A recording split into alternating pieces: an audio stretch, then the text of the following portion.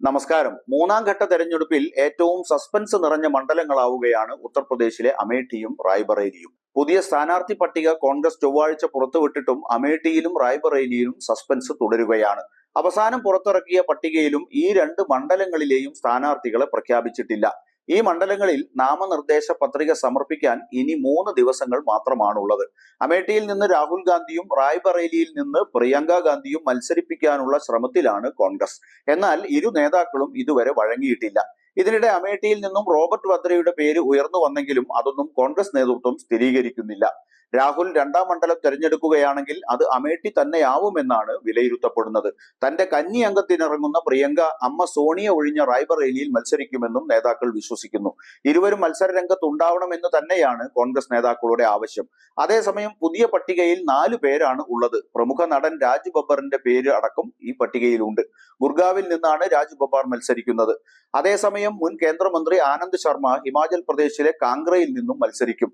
ബി.ജെ.പിയുടെ veteran നേതാവും കേന്ദ്രമന്ത്രിയുമായ റാവു ഇന്ദർജിത് സിംഗിനെതിരെയാണ് രാജ് ബബ്ബർ മത്സരിക്കുക. രാജ് ബബ്ബറിന്റെ സ്ഥാനാർത്ഥിത്വത്തോടെ ഹരിയാനയിലെ 9 സ്ഥാനാർത്ഥികളുടെ പേരും ഇതോടെ കോൺഗ്രസ് പ്രഖ്യാപിച്ചു കഴിഞ്ഞു. കോൺഗ്രസ് ഹരിയാനയിൽ 9 സീറ്റിലാണ് മത്സരിക്കുന്നത്. 10ാമത്തെ സീറ്റിൽ ഇന്ത്യ സഖ്യത്തിലെ സുപ്രധാന കക്ഷിയായ ആം ആദ്മി പാർട്ടി മത്സരിക്കും. അതേസമയം ആനന്ദ് ശർമ്മ ലോക്സഭയിലേക്ക് ആദ്യമായിട്ടാണ് മത്സരിക്കുന്നത്. ബി.ജെ.പിയുടെ രാജ ഭരദ്വാജ് ആണ് കാംഗ്രയിൽ എതിരാളി. രാജീവ് ഭരദ്വാജ് കാംഗ്ര സെൻട്രൽ കോഓപ്പറേറ്റീവ് ബാങ്കിലെ മുൻ ചെയർമാനാണ്. അതേസമയം ഹാമിർപൂർ മണ്ഡലത്തിൽ നിന്ന് മുൻ എം.എൽ.എ. സത്പാൽ റായ്സാദ മത്സരിക്കും. ഹിമാചൽ പ്രദേശിലെ മണ്ഡലമാണിത്. ഹാമിർപൂരിൽ കോൺഗ്രസിന് ജയിക്കുക ഏറെക്കുറെ അസാധ്യമാണ്. കേന്ദ്രമന്ത്രി അനുരാഗ് താക്കൂർ ആണ് ഇവിടെ മത്സരിക്കുന്നത്. 4 തവണ ഈ മണ്ഡലത്തിൽ നിന്ന് അദ്ദേഹം വിജയിച്ചിട്ടുണ്ട്. അനുരാഗ് താക്കൂറിന്റെ പിതാവും മുൻ ഹിമാചൽ പ്രദേശ് മുഖ്യമന്ത്രിയുമായ പ്രേംകുമാർ ധുമൽ പലതവണ ഈ മണ്ഡലത്തിൽ നിന്ന് പ്രതിനിധീകരിച്ചിട്ടുണ്ട്. മഹാരാഷ്ട്രയിൽ ഭൂഷൺ പട്ടേലിനെ മുംബൈയിൽ നിന്ന് മത്സരിപ്പിക്കുന്നുണ്ട് കോൺഗ്രസ്. കേന്ദ്രമന്ത്രി പീയൂഷ് ഗോയലിനെതിരെയാണ് ഈ മത്സരം. അതേസമയം ഈ സ്ഥാനാർത്ഥി പട്ടികയിൽ ഏറ്റവും പ്രതീക്ഷിച്ചത് റായ്ബറേലിയിലെയും അമേഠിയിലെയും സ്ഥാനാർത്ഥിത്വമായിരുന്നു. എന്നാൽ കോൺഗ്രസ് ഇത്തവണയും പ്രവർത്തകരെ മുൾമുനയിൽ നിർത്തിയിരിക്കുകയാണ്.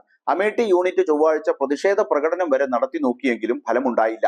എത്രയും പെട്ടെന്ന് സ്ഥാനാർത്ഥിയെ പ്രഖ്യാപിക്കണമെന്നാണ് പ്രാദേശിക നേതൃത്വത്തിന്റെ ആവശ്യം.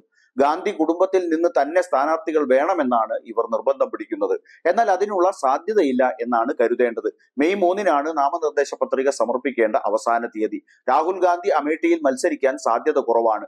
അതുപോലെ റായ്ബറേലിയിൽ പ്രിയങ്ക മത്സരിച്ചാൽ പാർട്ടി പ്രവർത്തകർക്ക് കൂടുതൽ ഊർജം പകരാനാകും എന്നാണ് നേതാക്കൾ കരുതുന്നത്.